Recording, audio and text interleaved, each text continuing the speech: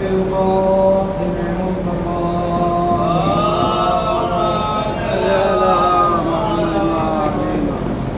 اللهم صل وسلم وزد وبارك على صاحب الدعوة النبوية والصدق الحكمية والعصمة الفاطمية والحلم الحسنية والشجاعة الحسينية والعبادة السجادية والماسر الرابطية والآثار الجعفرية والعلوم القاضية والجود التقوية والنقابة النقوية والحيبة الأسكرية والغيبة الإلهية القائمة عليهم السلام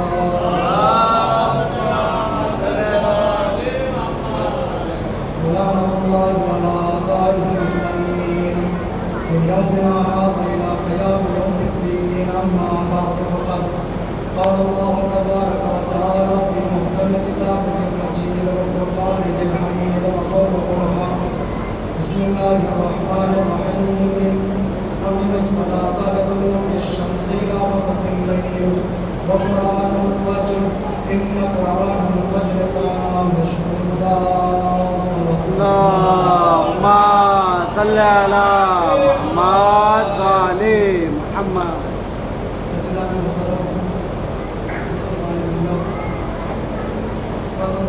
سید الشہداء آج اس سلسلے کی دوسری مجلس جس کو پڑھنے کا شرف حاصل ہوا. انسان اس چیز سے پریشان ہے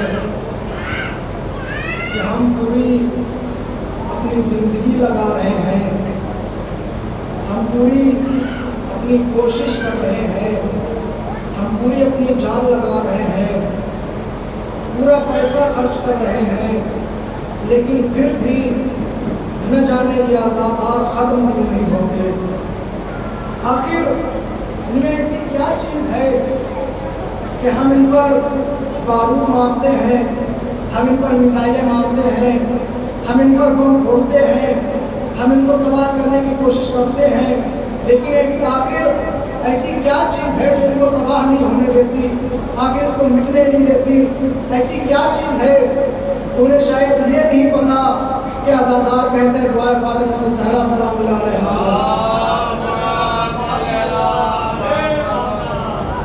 اور جس کے ساتھ دعائے زہرا شامل ہو اسے دنیا کی کوئی طاقت مٹا نہیں سکتی. اسے چاہے دنیا کا پاورفل انسان آ جائے, پاورفل حکومت آ جائے, کوئی بھی آ جائے, پوری جان لگا لے, پوری دنیا ایک طرف ہو جائے, لیکن اگر ایک انسان جو عزادار اپنے آپ کو کہلواتا ہے اگر وہ سچا عزادار ہے تو کبھی مٹ نہیں سکتا, کبھی اسے مٹایا نہیں جا سکتا, کبھی اسے کوئی تباہ نہیں کر سکتا, کبھی اسے کوئی برباد نہیں کر سکتا. کیوں؟ کیونکہ اس کے ساتھ دعائے زہرا ہے. اور دعائے زہرا تاکہ کہاں سے کہہ دیا کہ دعائے زہرا ہے, تو میں چھوٹا سا جملہ کہہ کر آگے بڑھنا چاہوں گا. دعائے زہرا اس لیے ہے کہ جس وقت جبرائیل نازل ہوئے اور کہا یا رسول اللہ آپ کا ایک نواسہ کربلا کے میدان میں شہید ہو جائے گا, تو اس وقت فاطمہ الزہرا سلام اللہ علیہا نے پوچھا اے بابا کیا اس وقت آپ ہوں گے؟ کہا نہیں بیٹی میں نہیں رہوں گا. کیا بابا کیا علی ہوں گے؟ کہا نہیں علی بھی نہیں ہوں گے. تو کیا حسن ہوں گے؟ نہیں حسن بھی نہیں ہوں گے. تو کیا میں رہوں گی؟ نہیں بیٹی فاطمہ تم بھی نہیں رہو گی. تو پھر میرے لال پر روئے گا کون؟ رسول خدا کہتے ہیں خدا ایک قوم کو پیدا کرے گا جو تمہارے بوڑھوں کو بوڑھے روئیں گے, جو جوان تمہارے جوانوں کو روئیں گے, جو بچے تمہارے بچوں کو روئیں گے. تو آج آ کر دیکھ لو, ادا خانوں پر آ جاؤ, ادا خانوں پر اگر تمہیں یا حسین کی صدا اپنا ہوتی ہوئی نظر آ جائے تو سمجھ جانا رسول خدا نے جو بیان کیا تھا آج موجود ہے.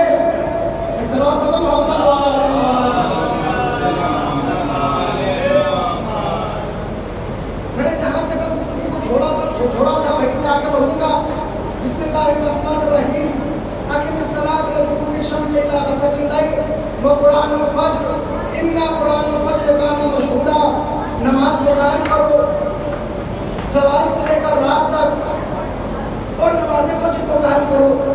شک فجر کی جو نماز ہے یہ گواہیوں والی نماز ہے. کون سی نماز ہے؟ گواہیوں والی نماز ہے. اے نبی وَمِنَ اللَّيْلِ فَتَهَجَّدْ بِهِ نَافِلَةً لَكَ، اے نبی میں نے تمہارے لیے ایک الگ سے نماز کو واجب کیا جسے نماز شب کہتے ہیں، جو رات میں پڑھی جاتی ہے. نبی تم اس نماز کو ضرور پڑھنا. اگر تم نے اس نماز کو پڑھا عَسَىٰ أَن يَبْعَثَكَ رَبُّكَ مَقَامًا مَحْمُودًا، اگر تم نے وہ نماز پڑھی تو خداوند عالم تمہارا رب تمہیں مقام محمود پر فائز کر دے گا. مقام محمود کیا ہے؟ وہ ایک ایسی جگہ ہے جہاں پر صرف اور صرف مخصوص ہے میرے نبی سے. اس کے بعد بات یہاں تک پہنچی تھی کہ آخر یہ نماز آئی کب؟ کیا صرف اور صرف اس زمانے میں آئی جس زمانے میں رسول اس دنیا میں آئے، یا نہیں اس سے پہلے بھی تھی؟ کہا کہ یہ نماز جب آدم تھے تب بھی نماز تھی، جب نوح تھے تب بھی نماز تھی، جب ابراہیم تھے تب بھی نماز تھی، جب اسماعیل تھے تب بھی نماز تھی، جب موسیٰ تھے تب بھی نماز تھی، جب عیسیٰ تھے تب بھی نماز تھی. لوگ کہتے ہیں کہ ہمارے نبی 40 سال کے بعد نبی بنے. انہیں کیسے بتاؤں کہ ہمارے نبی نے فرمایا تم کو نبیًا وآدم بین الماء والطین، میں اس وقت بھی نبی تھا جب آدم پانی اور مٹی کے بیچ میں تھے، میں اس وقت بھی نبی تھا جب آدم مٹی اور پانی کے درمیان تھے. اور میں کیسے سمجھاؤں لوگوں کو جو یہ کہتے ہیں کہ 40 سال کے بعد نبی بنے؟ 40 سال کے بعد تو وہ نبی بنتا ہے جو پہلے سے نبی نہ ہو. اس وقت تو محمد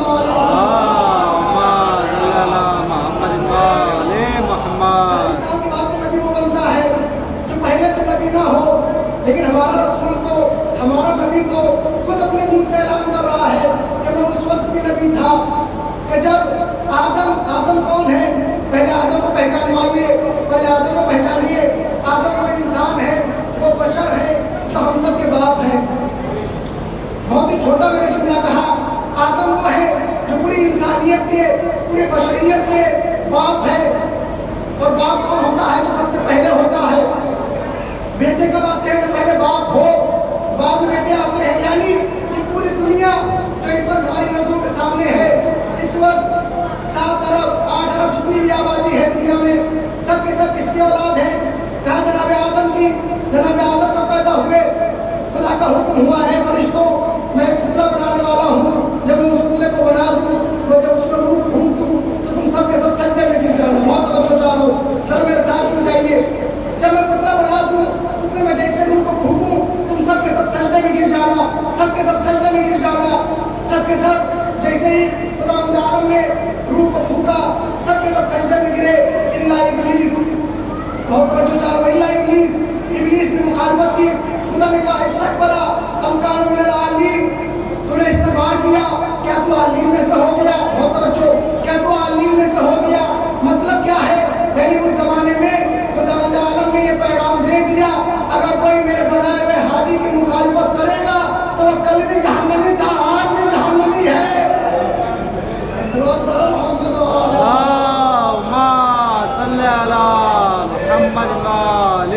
تو آدم کو پہچان لیا.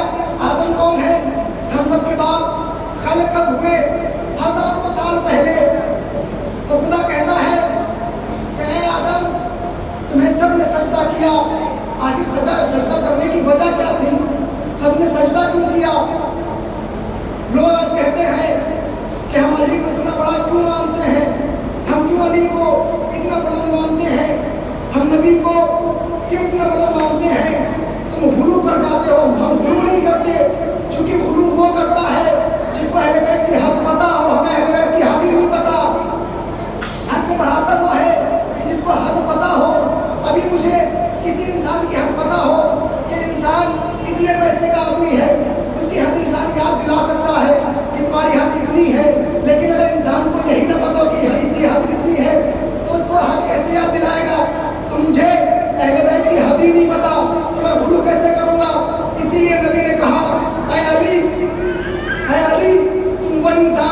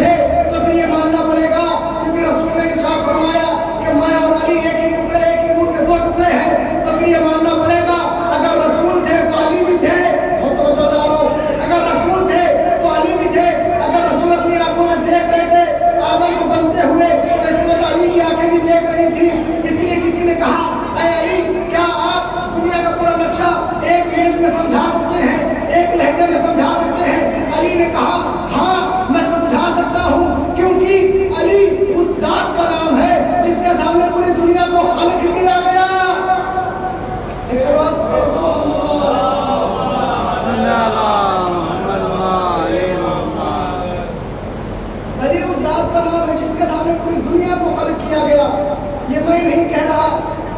ایک بہت بڑا سائنٹسٹ گزرا, اس نے جب نہج البلاغہ کو پڑھا, نہج البلاغہ پڑھنے کے بعد کہتا ہے کہ میں نہیں جانتا کہ یہ علی کون ہے.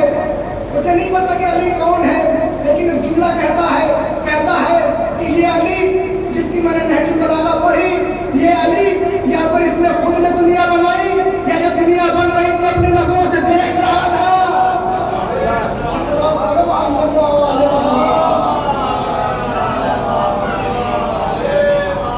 یہ میں نہیں کہہ رہا, یہ دشمن اقرار کر رہا ہے جو علی کو جانتا ہی نہیں کہ علی کون تھے, علی کس زمانے میں تھے.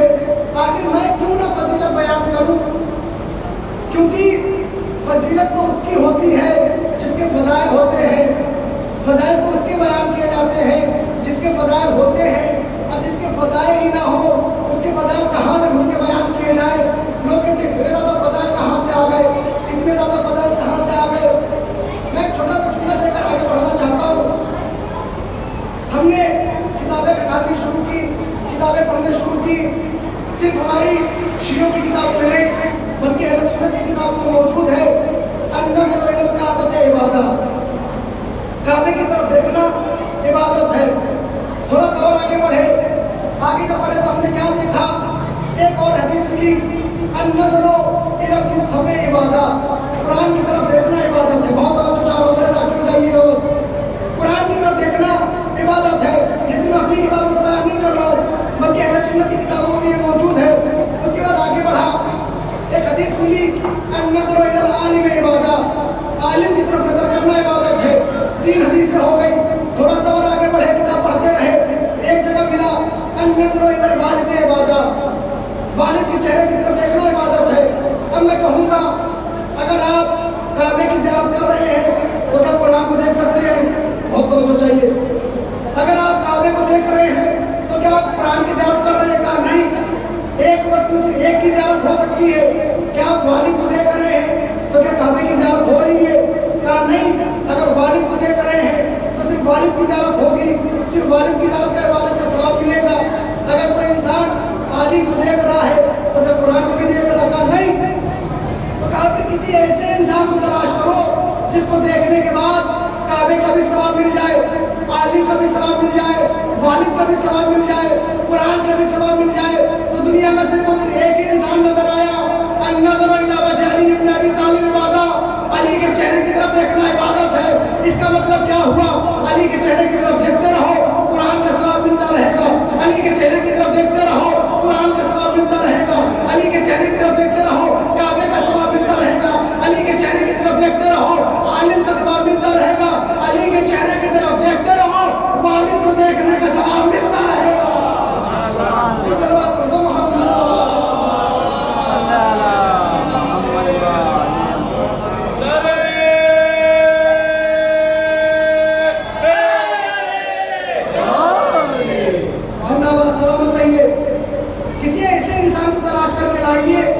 جس کے چہرے کو دیکھنے کے بعد, اچھا یہ میں نے بیان تو کر دیا, اب کوئی بھی سوال کر سکتا ہے کہ آپ نے بیان کہاں سے کیا؟ کیا علی کے چہرے کو دیکھیں گے تو عبادت سب کی ہو جائے گی؟ اس کی بھی میرے پاس دلیل ہے. کیا کیسے رسول خدا نے ارشاد فرمایا یا علی مثل کا مثل کعبہ, اے علی تیری مثال کعبے جیسی ہے. بہت توجہ چاہیے, اے علی تیری مثال کعبے جیسی ہے, یعنی علی کعبے جیسا. کعبے کے آگے سر جھکاؤ, علی کے آگے دل جھکاؤ. بہت توجہ چاہیے, کعبے کے آگے سر جھکاؤ, علی کے آگے دل جھکاؤ. اے علی تم اور میں اس امت کے باپ ہیں. بہت توجہ, اے علی تم اور میں اس امت کے باپ ہیں. یعنی اگر علی کو دیکھو گے تو اپنے باپ کو دیکھ رہے ہو. بہت توجہ, باپ کو دیکھنے کا ثواب مل گیا. اور عالم ایسا عالم, اے علی میں شہر علم ہوں, تم اس کے دروازے ہو. بہت توجہ, اگر شہر علم کے پاس جانا ہے تو پہلے دروازے سے ہو کے گزرو. اگر نبی تک پہنچنا تو پہلے علی سے مل کے بڑھو.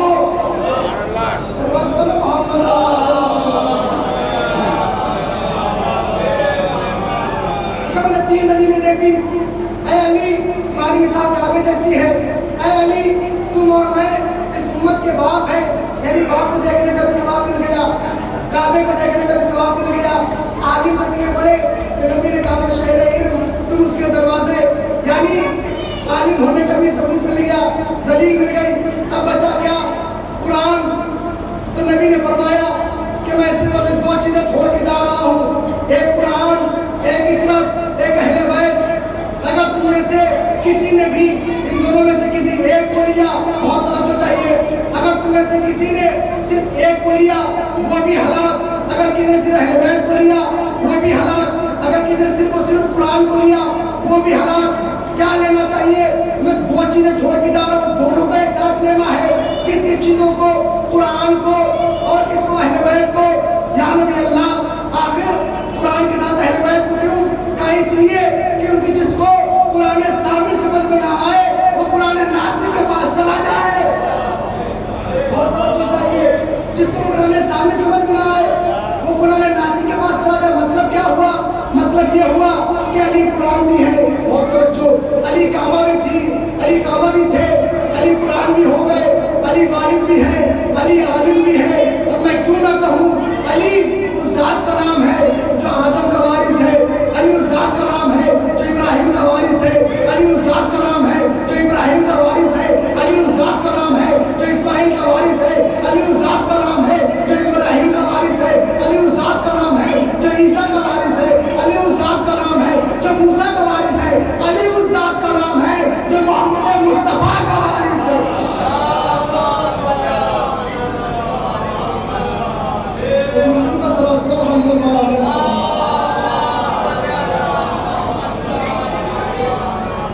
لیکن وقت بڑی تیزی سے گزرتا ہے، یہ ایسی فرش ہے جہاں پر بیٹھنے کے بعد انسان کو پتہ ہی نہیں چلتا کہ وقت کتنی تیزی سے گزر گیا۔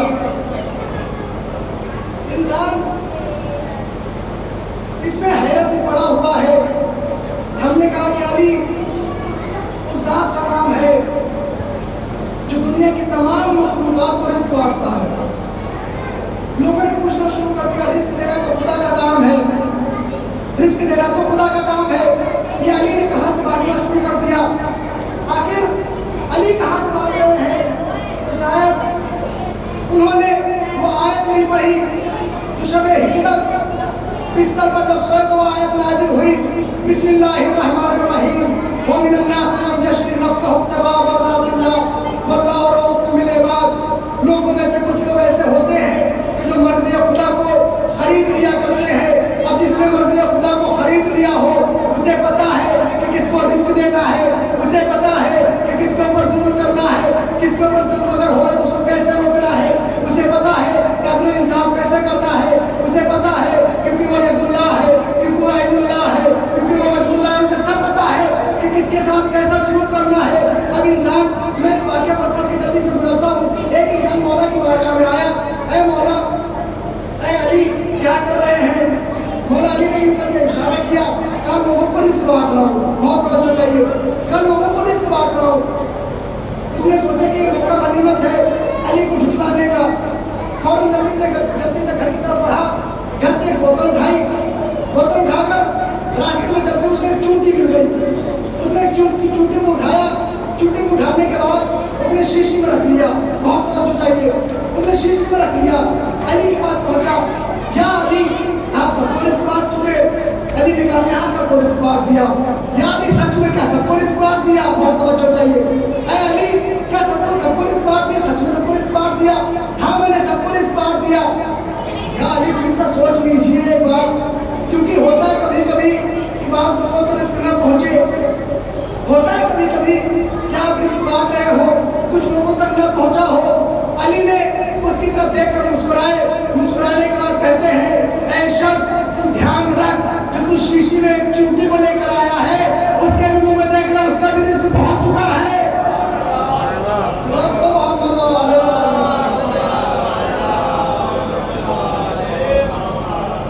عجیب عجیب سوالات لے کر آتے ہیں علی علیہ السلام کے پاس میں، ایسے تھے سوال۔ ایک مرتبہ لوگوں نے مشورہ بنایا، کم سے کم 27 سوالوں کو تیار کیا، وہ بھی ایسے کے سوال تھے کہ وہ لوگ خود جو سوال کرنے آئے تھے وہ یہ سوچ رہے تھے کہ اس میں سے ہر سوال ایسا ہے کہ جس پر علی یہ کہیں گے کہ کل آنا کل بتائیں گے۔ سب ایسے سوال تھے کہ علی یہی کہیں گے کہ کل آنا کل بتائیں گے یا سوچ کے بتائیں گے۔ جیسے وہ علی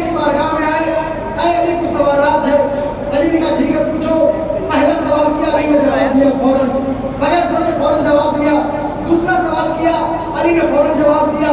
تیسرا سوال کیا, علی نے فوراً جواب دیا. آپ سب حیرت میں پڑ گئے کہ اتنے مشکل سوالات, اتنے پریشانی والے سوال علی بغیر سوچے جواب دے رہے ہیں.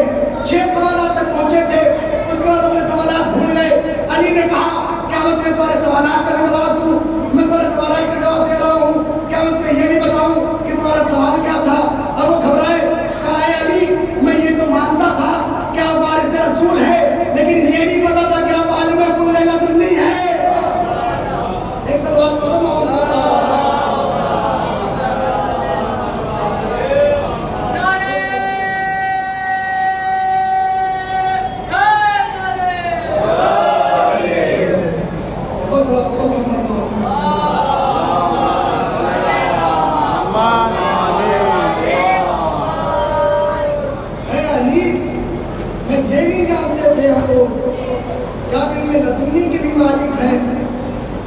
کہ انسان کے دل میں کیا چل رہا ہے اسے بھی آپ جانتے ہیں. اچھا, نماز سب نے پڑھ لی, سب کے زمانے میں تھی. میں تھوڑی سی دلیل دے کر آگے بڑھ رہا ہوں. سب سے پہلے کس کے زمانے میں ہونی چاہیے تھی؟ جناب آدم کے. روایت میں ہے کہ جناب آدم سے خداوند عالم نے کہا کہ سجدہ کرو. جناب آدم کے زمانے میں بھی فرشتوں نے سجدہ کروایا. مطلب فرشتوں کے زمانے میں بھی نماز تھی, کیونکہ سجدہ کس کا جز ہے؟ نماز کا. مطلب فرشتوں کے زمانے میں نماز تھی. اس کے بعد جناب آدم نے نماز پڑھی. وہ مجھے اس سے بحث نہیں کہ نماز کس طریقے سے پڑھا کرتے تھے, پڑھنے کا طریقہ کیا تھا, لیکن یہ تو واضح ہے کہ نماز تھی. نماز تو تھی, یہ تو واضح ہوگی بات. اس کے بعد جناب ابراہیم کہتے ہیں اے پروردگار, میری ذریت میں سب کو مسلمان کرا دے اور سب کو نمازی بنا دے. اس کا مطلب یہ ہے کہ جناب ابراہیم کے زمانے میں نماز تھی. اس کے بعد جناب اسماعیل کہتے ہیں پروردگار, میری امت میں, میری نسل میں سب کو نمازی قرار دے. مطلب جناب اسماعیل کے زمانے میں بھی نماز تھی. اس کے بعد جناب مریم کا زمانہ آ گیا. کون مریم؟ کہ جو بغیر شوہر کی بچہ جننے والی ہے. ایسی بیوی کہ جس کی پاکیزگی کا قرآن میں بھی قصیدہ گایا گیا کہ وہ ایسی بیوی تھی کہ جن کا پاکیزگی کا قرآن میں باقاعدہ پورا سورہ آیا, سورہ مریم کے نام سے. جناب مریم کو خداوند عالم نے کہا وَرْكَعِي وَاسْجُدِي, رکوع کرو, سجدہ کرو. اس کا مطلب کیا ہوا کہ جناب مریم کے زمانے میں بھی نماز تھی. اس کے بعد جناب عیسیٰ نے کہا انی عبداللہ آتانی الکتاب وجعلنی نبیّا, میں اللہ کا بندہ ہوں, اس نے مجھے نبی بنا کر بھیجا, اس نے مجھے پڑھا, اس نے مجھے کتاب دی, کتاب دے کر مجھے نبی بنایا. اس کا مطلب جناب عیسیٰ بھی اقرار کر رہے ہیں کہ نماز ہے. اس کے بعد جناب موسیٰ کا زمانہ آیا. جناب موسیٰ کی نبی نمازیں پڑھی. وہ الگ بات ہے کہ لوگوں نے, ان کے زمانے کے لوگوں نے اس کو چینج کر دیا, اس کو بدل دیا, اس کا رخ موڑ دیا, نماز کو ضائع کر دیا. مجھے اس سے بحث نہیں, مجھے بحث ہے اپنے نبی سے. ہمارے نبی نے کہا نماز پڑھو, ہم نے نماز پڑھی. کیسے پڑھنی, وہ کل آپ کو بتا چکا کیسے پڑھنی تھی. اس کے بعد بات یہاں تک پہنچی تھی کہ اے علی, تم نے آج نماز پڑھائی. نماز پڑھانے کے بعد مجھے رسول کی نماز یاد آ گئی. مطلب مولا علی علیہ السلام 25 سال تک اپنے گھر پہ بیٹھے. 25 سال بیٹھنے کے بعد ان کے پاس حکومت آئی. جب حکومت کی تو جنگ جمل کے بعد جب نماز پڑھائی تب لوگوں کی زبان میں جملہ تھا اے علی, آج مجھے رسول کی نماز یاد آ گئی. مطلب اتنے عرصے تک لوگوں نے نماز کی صورت کو بدلنے کی کوشش کی. یعنی کیا مطلب؟ یعنی لوگ چاہتے تھے کہ جیسے جناب آدم کے زمانے میں, جیسے جناب نوح کے زمانے میں, جیسے جناب ابراہیم کے زمانے میں, جیسے جناب اسماعیل کے زمانے میں, جیسے جناب موسیٰ اور عیسیٰ کے زمانے میں نماز کی صورت کو چینج کر دیا گیا, رسول کے زمانے میں بھی لوگوں نے نماز کی صورت کو چینج کرنے کی کوشش کی. اسی لیے ہم سب نے کہا یا رسول اللہ, نماز چھوڑ کر جا رہے ہیں, نماز کی حفاظت کرنے والا بھی چھوڑ کے جائیے. رسول نے کہا گھبراؤ نہیں, علی جیسا وارث چھوڑ کے جا رہا ہوں جو تمہیں یاد دلائے گا نماز کیسے پڑھنی ہے. اسی لیے لوگوں نے کہا آج مجھے رسول کی نماز یاد آ گئی, آج مجھے رسول کی نماز یاد آ گئی. مطلب کیا ہوا؟ مطلب یہی ہوا کہ اگر علی پہلے سے ممبر پر آ گئے ہوتے تو کبھی رسول کی جو رسول نماز لے کر آئے کبھی چینج ہی نہ ہوتی. ایک سلوات پڑھو محمد